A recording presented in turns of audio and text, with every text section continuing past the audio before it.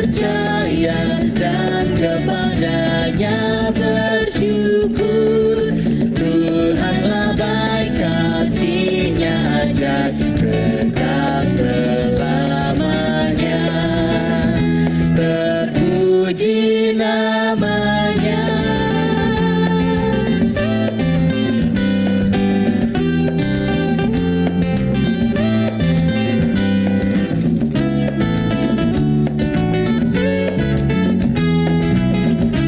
Kita nyanyikan bait yang ketiga, dulu telah dari himpitan.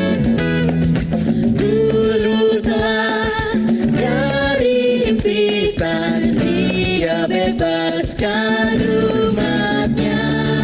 Habis mendung Dia berikan sinar mentari yang cerah.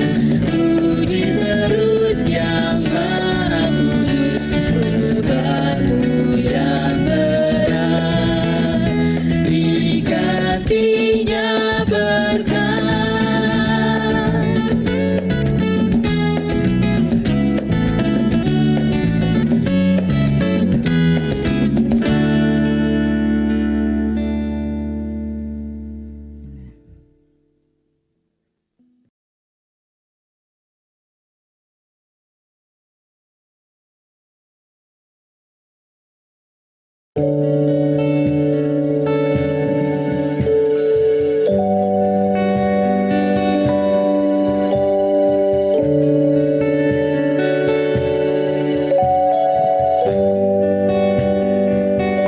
Mengapa Yesus turun dari surga, masuk dunia gelap penuh celah, berdoa dan bergumul dalam taman, cawan pahit pun diterimanya.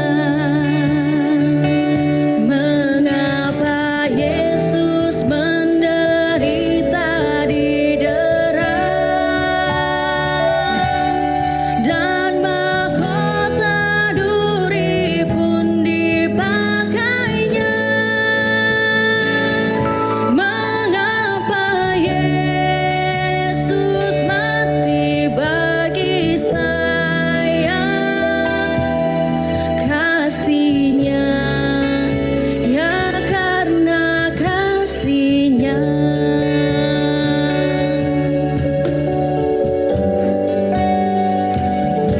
Mengapa Yesus mau pegang tanganku bila ku di jalan tersesat? Mengapa Yesus beriku kekuatan bila jiwaku mulai penat? Mengapa Yesus mau menanggung dosaku? Beriku damai serta sukacitanya. Mengapa Dia mau melindungiku? Kasih-Nya, ya karena kasih-Nya.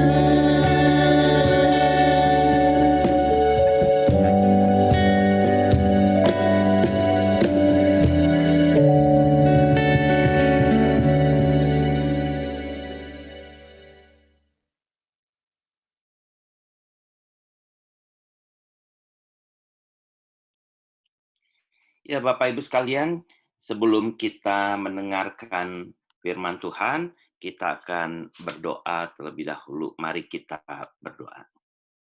Ya Tuhan, ya Allah Bapa kami yang di surga, yang kami sapa dan kami kenal di dalam nama Tuhan Yesus Kristus. Pada saat ini di dalam persekutuan wilayah Klasis Bandung, Tuhan mau menyertai dimanapun kami berada.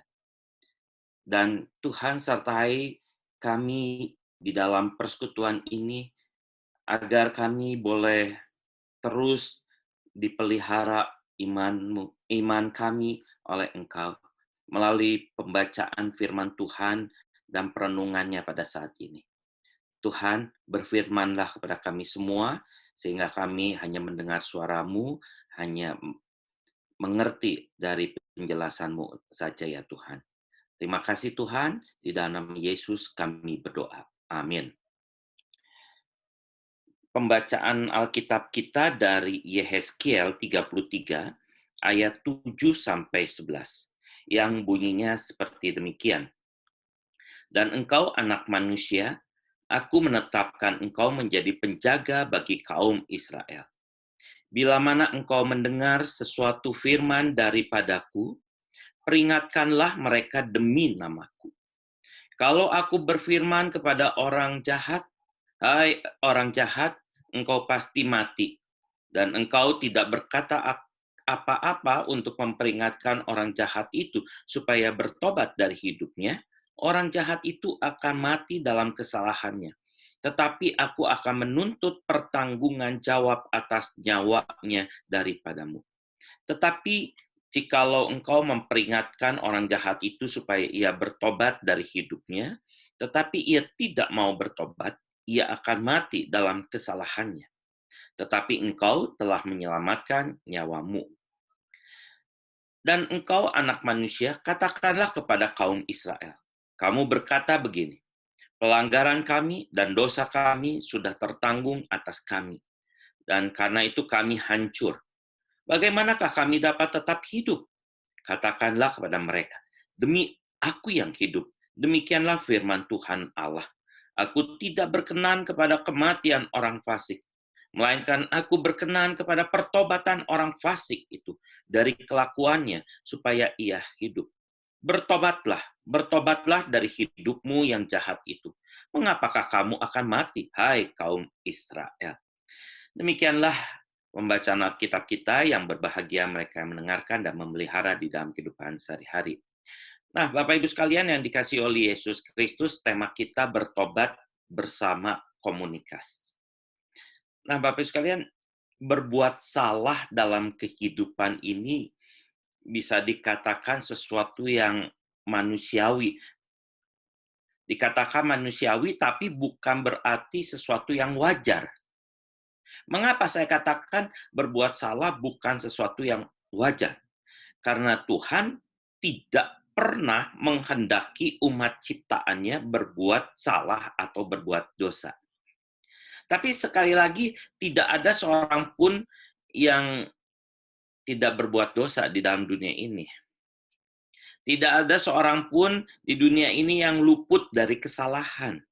Setiap orang pasti mengalami atau berbuat salah. Oleh karena itu, setiap orang yang berbuat salah seharusnya bertobat. Ini kunci. Setiap orang yang bersalah harus bertobat. Tetapi kenyataannya ada saja orang yang tidak sadar telah berbuat dosa, atau orang yang senang hidup dalam dosa atau kesalahan.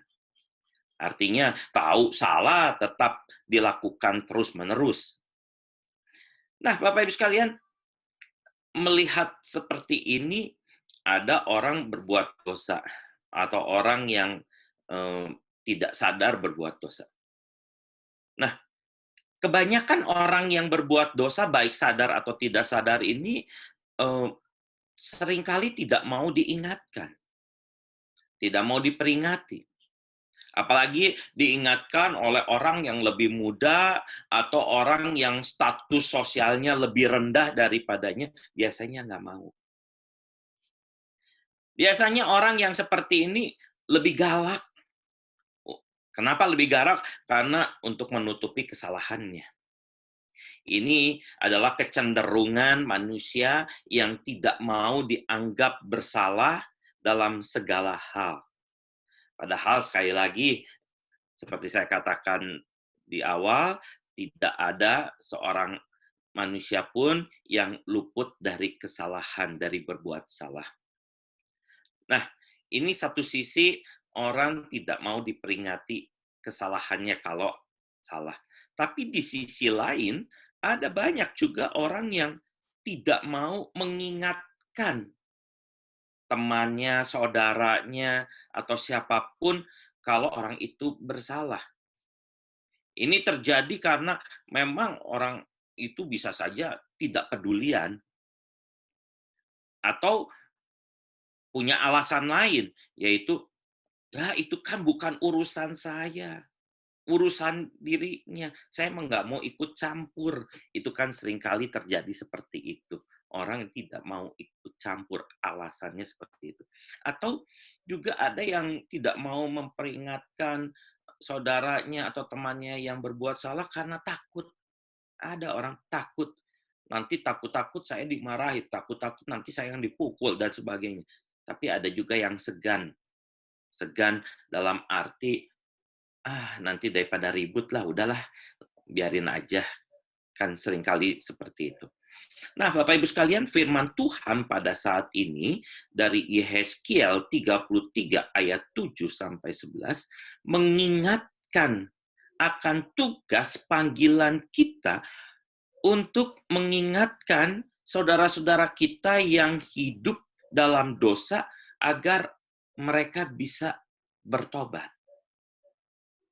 Dalam bacaan kita ini, kita melihat Tuhan Allah memberi tugas kepada Yehezkiel untuk menjadi penjaga bagi kaum Israel.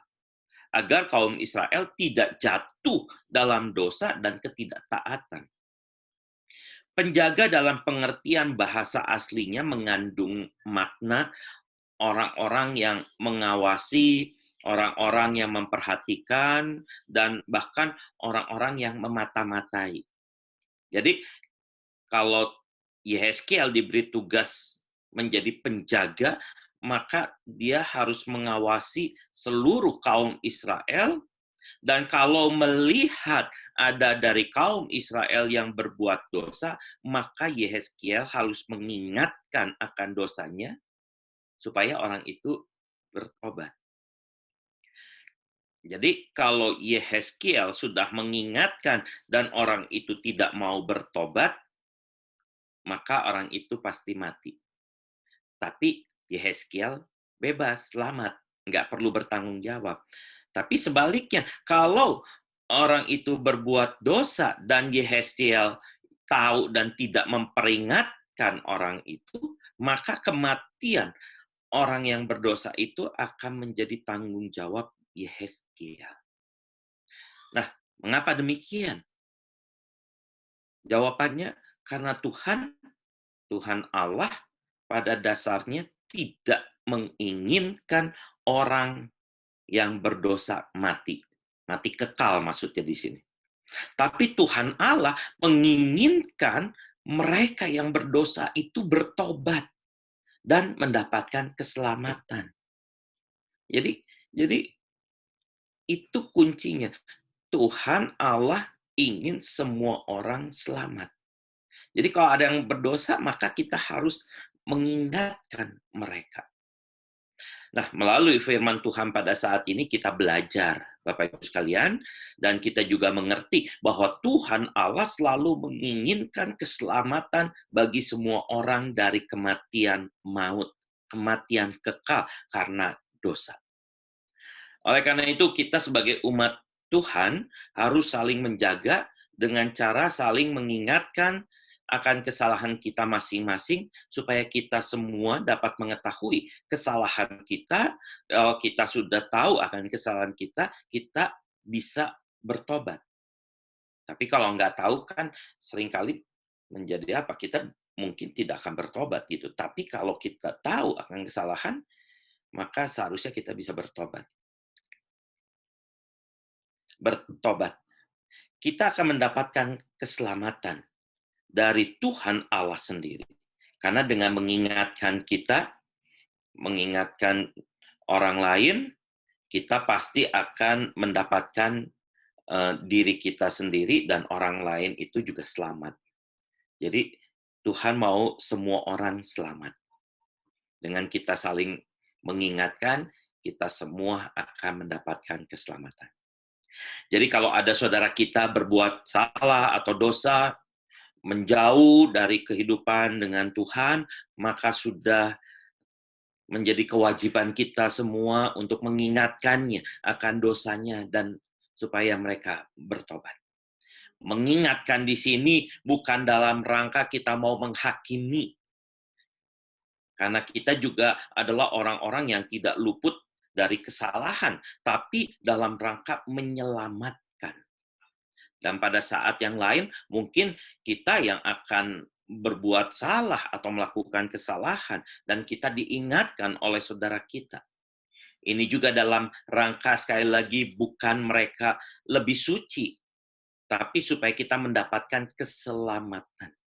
Jadi intinya kita harus mau mengingatkan dan diingatkan agar ada pertobatan dan keselamatan. Hal ini juga diingatkan oleh Rasul Paulus dalam Galatia 6 ayat 1-2 dikatakan, saudara-saudara, kalaupun seorang kedapatan melakukan suatu pelanggaran, maka kamu yang rohani harus memimpin orang itu ke jalan yang benar dalam roh lemah lembut sambil menjaga dirimu sendiri supaya kamu juga jangan kena pencobaan. Bertolong-tolonganlah menanggung bebanmu. Demikianlah kamu memenuhi hukum Kristus. Di sini Rasul Paulus mengatakan, kalau seseorang mendapatkan kedapatan melakukan suatu pelanggaran, maka kamu yang rohani harus memimpin orang itu ke jalan yang benar, mengingatkan. Di sini katakan kamu yang rohani, bukan dikatakan kamu yang lebih rohani, bukan. Bukan kamu yang lebih rohani, tapi kamu yang rohani, kamu yang beriman harus mengingatkan. Jadi kita harus saling mengingatkan, bertolong-tolongan di dalam mengingatkan supaya kita bisa tidak melakukan kesalahan. Kalau kita melakukan kesalahan, kita bisa bertobat. Nah, bertobat ini menjadi hal yang penting juga supaya kita mendapat keselamatan melalui pertobatan. Jadi, pertobatan adalah pintu keselamatan bagi kita yang masih hidup dalam dosa. Sekali lagi, pertobatan adalah pintu keselamatan bagi kita yang masih hidup dalam dosa. Karena Tuhan tidak bisa melupakan dan menghukum umatnya yang berbuat dosa atau berpaling dari hadapannya. Jadi, ini adalah hal yang penting. Kalau kita bertobat, maka Tuhan akan mengampuni kita. Kita akan diselamatkan. Tapi pasti bertobat yang sungguh-sungguh. Karena apa? Karena Tuhan Allah ingin kita selamat. Oleh karena itu, Tuhan Allah ingin kita mengingatkan dan terus menyerukan pertobatan kepada mereka yang hidup dalam dosa, karena sekali lagi Tuhan Allah sangat mengasihi umatnya dan ingin umatnya tidak binasa dalam keberdosaannya. Ibrani 10 ayat 24 mengatakan, dan marilah kita saling memperhatikan supaya kita saling mendorong dalam kasih dan dalam pekerjaan baik. Mari kita saling memperhatikan, saling mengingatkan supaya kita bisa hidup di dalam kasih dan pekerjaan baik dan tidak melakukan kesalahan atau berbuat dosa. Dan Bapak Ibu sekalian, ini pastinya tidak mudah. Mengingatkan orang yang berdosa atau diingatkan karena kita berbuat dosa, ini pasti bukan suatu yang mudah. Tapi mari kita belajar untuk saling mengingatkan agar ada pertobatan dan keselamatan. Tuhan Yesus memberkati kita semua. Amin. Mari kita berdoa, Bapak Ibu sekalian. Ya Tuhan, ya Allah Bapa kami yang di surga, terima kasih kami boleh diingatkan akan tugas tanggung jawab kami, yaitu saling mengingatkan satu dengan yang lain, perihal sebuah kesalahan atau dosa. Ketika saudara kami atau teman kami berbuat dosa, maka kami punya tanggung jawab untuk mengingatkannya, supaya orang itu dapat diselamatkan, dapat bertobat dan diselamatkan. Demikian juga ketika kami melakukan kesalahan, bukakan hati kami untuk mau diingatkan, supaya kami bertobat dan kami juga boleh mendapatkan keselamatan. Ya Tuhan, terima kasih atas kasih karunia Tuhan, biarlah tugas tanggung jawab untuk saling mengingatkan boleh terjadi di dalam kehidupan kami. Demikian juga di masa pandemi COVID ini, biarlah kami juga boleh saling mengingatkan untuk saudara-saudara kami atau teman-teman kami atau siapapun yang tidak memakai masker, maka kami juga mengingatkannya. Supaya ada keselamatan bagi kami semua ya Tuhan. Tuhan tolong agar pandemi ini juga boleh berakhir karena kami punya kedisiplinan di dalam protokol kesehatan. Di dalam kami memakai masker, kami menjaga jarak, dan juga kami mencuci tangan. Ya Tuhan tolong kami, supaya kami dapat melakukan itu semua, dan kami ikut serta di dalam menghentikan pandemi COVID ini ya Tuhan. Tuhan, sertai kami, Tuhan berkati kami di dalam kehidupan kami, di dalam pekerjaan kami. Biarlah kami boleh tetap bekerja dengan sebaik-baiknya, baik kami bekerja di kantor maupun juga di rumah. Biarlah kami melakukan pekerjaan kami dengan sebaik-baiknya. Supaya kami boleh menjadi berkat bagi banyak orang, dan juga boleh menjadi berkat bagi diri kami sendiri. Biarlah kami juga boleh diberikan segala jalan, segala upaya untuk kami dapat tetap menjalani kehidupan ini dengan baik dan juga kehidupan untuk keluarga kami. Ya Tuhan, terima kasih atas kasih karunia Tuhan, pimpin bangsa negara kami, pimpin pemimpin bangsa kami, supaya tetap dapat menjalankan tugas panggilannya sebagai pemimpin bangsa ini untuk menjaga stabilitas, keamanan, ekonomi, sosial di masa pandemi ini. Tuhan, tolong mereka, Tuhan berkati mereka, sehingga mereka juga mempunyai strategi-strategi untuk menghentikan pandemi COVID ini, dan terlebih untuk membangkitkan ekonomi masyarakat, ya Tuhan. Terima kasih Tuhan, berkati kami semua. Doa yang jauh dari sempurna ini hanya kami alaskan di dalam nama Tuhan Yesus Kristus. Amin. Terima kasih Bapak Ibu sekalian.